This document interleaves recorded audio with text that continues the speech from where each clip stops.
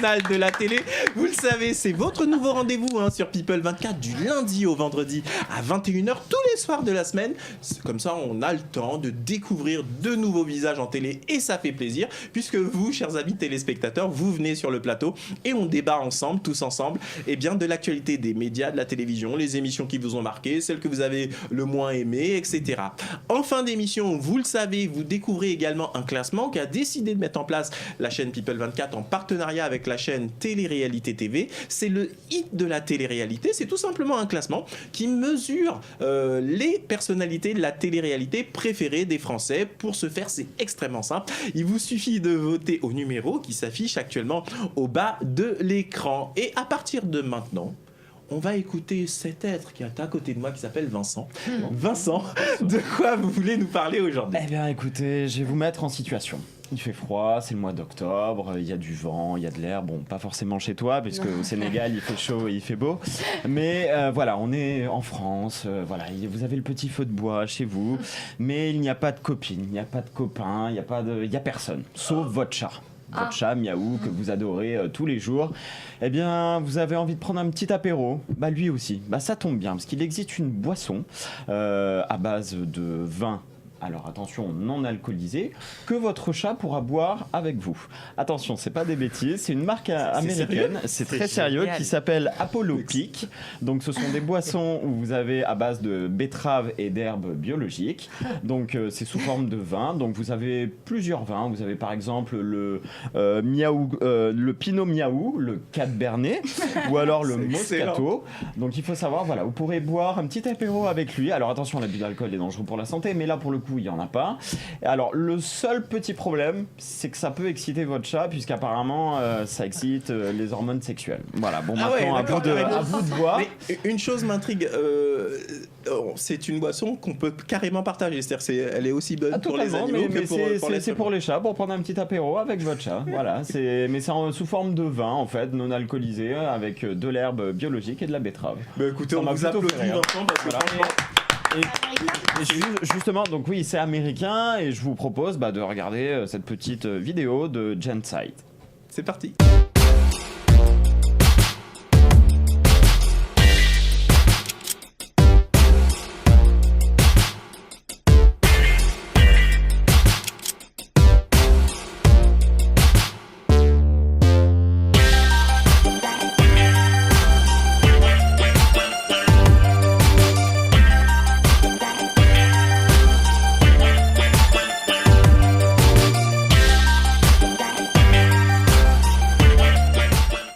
C'est plutôt sympa de passer un moment avec son chat, doux, sous la couette, et puis avoir un petit pull comme ça, tout doux, un petit peu comme un chat. J'ai l'impression d'avoir mon petit chat à côté. Voilà. Oh, donc, si vous embêtez, voilà, faites ça avec votre chat. Ils font pas pour les chiens ? Non, ils font pas pour les chiens, mais c'est vrai que je trouve que j'achète un faire. Voilà, c'est ou au pire des cas, tu mets des croquettes à côté et puis tu prends l'apéro avec lui. Écoute, oui. Ok, bon, on vous applaudit Vincent. En tous les cas, merci d'avoir mis ce débat sur la boisson pour les chats et ça redonne un peu de tonus. Tout de suite un petit jingle et juste après, on passe au sujet suivant.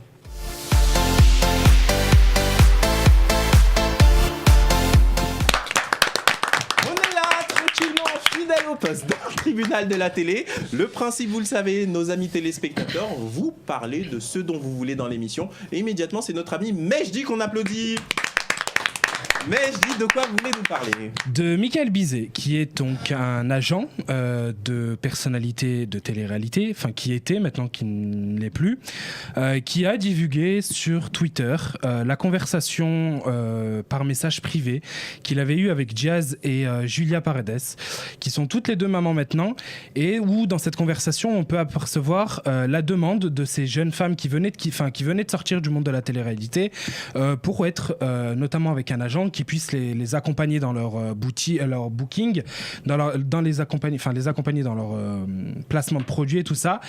Et au final, en fait, il y a eu Magali Derba qui est venue avec maintenant... Alors attendez. On précise pour nos amis téléspectateurs qui savent pas forcément comment ça fonctionne. Effectivement, aujourd'hui, lorsque on a participé à une émission de télé-réalité, si jamais on a une certaine notoriété et qu'on a réussi à fidéliser comme ça des followers, c'est comme ça qu'on les appelle, les personnes qui suivent ces personnalités sur les réseaux sociaux, que ce soit soit Instagram, Twitter, Facebook et Snapchat pour ne citer que, eh bien ils reçoivent tellement de demandes, ils sont tellement sollicités qu'il y a une nouvelle profession qui a commencé comme ça à se fédérer autour d'eux, qui est agent de personnalité de la télé-réalité. Alors la pionnière en l'occurrence, ça c'est une jeune femme qu'on retrouve aujourd'hui en tant que chroniqueuse télé dans l'émission Ne touche pas à mon poste aux côtés de Cyril Hanouna, qui s'appelle Magali Berda, et ça a été la première en France à avoir installé comme ça ce rôle d'agent. C'était une mère de famille qui connaissait absolument rien à ce rôle, puis elle a été sollicitée par une candidate qu'elle connaissait, et à partir de là, elle a fait l'intermédiaire entre les marques qui souhaitaient utiliser l'image de ces personnalités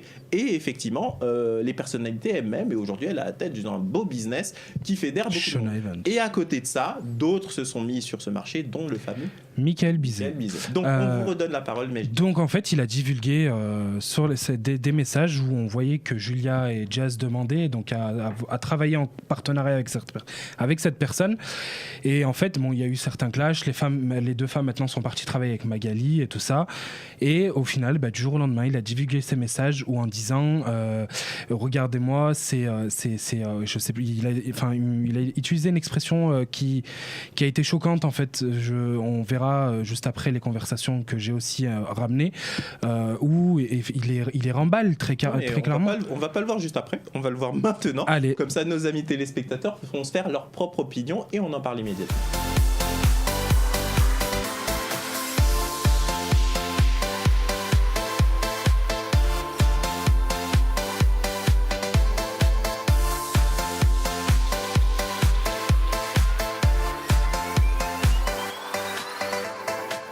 Là, effectivement, on voit qu'il a vraiment divulgué des échanges privés. Voilà, tout à fait.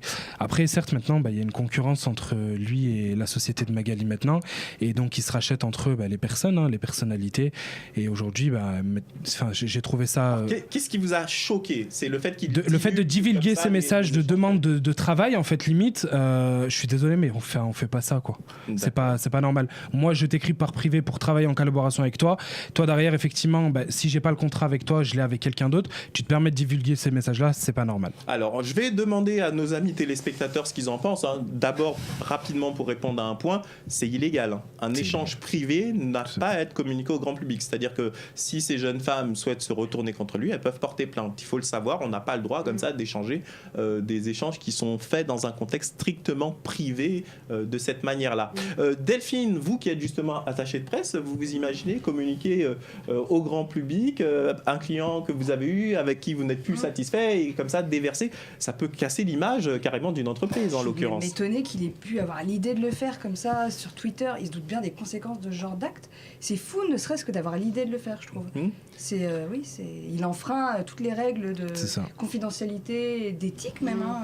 Mais justement, est-ce que, je vais vous donner la parole Priscilla juste après, mais est-ce que justement, comme ce sont des nouveaux métiers, est-ce que ça ne va pas agréger des gens ? Moi, je ne le connais pas, ce monsieur, donc je ne vais pas porter d'attaque contre lui parce que je ne sais pas quelle est sa qualité professionnelle derrière. Mais effectivement, le fait de divulguer des messages privés, forcément, c'est pas bien. Mais est-ce que ça n'a pas justement agrégé des personnes qui se sont dit, tiens, il y a un bon filon, je vais y essayer, mais au finalement, en respectant aucune règle. Qu'est-ce que vous en pensez, Priscilla ? Moi j'ai suivi un peu cette histoire parce qu'effectivement il a divulgué des messages de Coralie Porovecchio et Mélanie Dacruz, je crois, où justement les échanges étaient assez méchants. Mais les échanges étaient méchants vis-à-vis de qui ? Non, il a divulgué des messages en attaquant. C'était surtout sur Coralie où il disait qu'elle était comme ci, elle était comme ça, elle aimait les femmes. Enfin, il a voulu la casser parce qu'effectivement, elles ont stoppé leur collaboration avec lui. Et je pense que, maintenant, je crois qu'il s'est reconverti, lui, professionnellement parce qu'il a été grillé, en fait, avec la télé-réalité. Il a mal géré son... Ça rejoint ce qu'on disait, c'est-à-dire ça a agrégé des gens, comme ce sont des nouveaux métiers qui n'étaient pas forcément très professionnels, et ces personnes-là, après avoir travaillé avec lui, ils se sont dit, la numéro 1 c'est Magali, elles sont suivies par beaucoup de monde, elles se sont dit, on va peut-être retourner vers elle. Vous pensez quoi de ce débat, Christelle ? Comme vous le dites, terrain glissant, dangereux, parce que si on commence à divulguer la vie privée des gens, et puis qu'on voit qu'il y a il y a un audimat autour, des gens intéressés par tous ces cancans, on va aller jusqu'où, quoi. Alors je pense qu'il faut mettre des freins à tout ça. Et là, peut-être s'il y a un dépôt de plainte, en effet, de ces jeunes femmes, pour marquer le coup. Mais qui a tort, qui a raison, on s'en fout. Il n'a pas à divulguer la vie privée. Ok. Je voudrais également entendre Adrien et en conclusion Vincent sur ce sujet. C'est pas la première fois qu'on entend des débats comme ça. Ça a été arrivé aussi il y a quelques temps. Je me souviens entre TPMP et Quotidien qui s'étaient querellés par rapport à un invité. Je sais plus c'est lequel exactement. Et ils avaient divulgué des messages privés. Donc c'est pas la première fois. Et c'est vrai qu'il faut mettre des freins à tout ça parce que ça peut très vite aller très loin. Ok. Delphine, vous voulez rajouter quelque chose ? Oui, le souci de ces nouveaux métiers, en fait, c'est qu'il n'y a pas encore toute la législation qui est autour de ça. Il y a un vrai flou juridique qui fait qu'il y a des gens qui peuvent avoir des comportements un peu limites et que pour le moment, on ne peut pas encore les punir. Exact, mais de toutes les façons, vous le savez, c'est comme dans les nouvelles technologies, ça va plus vite que la législation, mais il y a un moment où la législation s'adapte. Mais bon, sur le fait de divulguer une conversation privée ou un échange privé, ça c'est déjà réglementé. Vous vouliez dire quelque chose avant que je donne la Après, parole certes, c'est pas tellement réglementé leur profession, mais la CNIL, donc la Commission nationale des libertés et de l'informatique, a toujours été présente. Je veux dire, donc de divulguer des messages privés, c'est pas normal. Oui, c'est ce que je disais, c'est-à-dire que le fait de divulguer des messages privés, ça c'est déjà réglementé. Vincent, en conclusion sur ce point. C'était il y a combien de temps ça en fait ? C'était il y a 3-4 jours. Ok. Oui, bon, sur les réseaux sociaux, donc sur Twitter. On va en entendre parler ces prochains jours du coup. Oui, non, mais c'est totalement fou quoi. Enfin, il y a beaucoup de risques en plus derrière et beaucoup d'enjeux. Bon, je crois pas que ça en vaille la peine. Tant que les fans après sont derrière eux et il y aura, je suis pas sûr qu'il y aura beaucoup de risques. C'est méchant. Ouais, c'est méchant. Bon, en même temps, ils se font ça aussi entre candidats de temps en temps dessus. Oui, mais bon, à faire, c'est le milieu. Enfin, pour moi. Ouais, tout à fait. Oui, que ce soit entre candidats qui se clashent un peu, c'est une chose, mais entre un professionnel qui a eu à gérer l'image de ses candidats et pour se venger parce qu'ils sont partis, ça c'est quand même un peu plus particulier. Bon, quoi qu'il en soit, nos téléspectateurs ont soulevé ce point sur l'antenne. C'est le but de notre émission. Je vous applaudis d'avoir emmené ce sujet. Immédiatement sur People 24, c'est la publicité.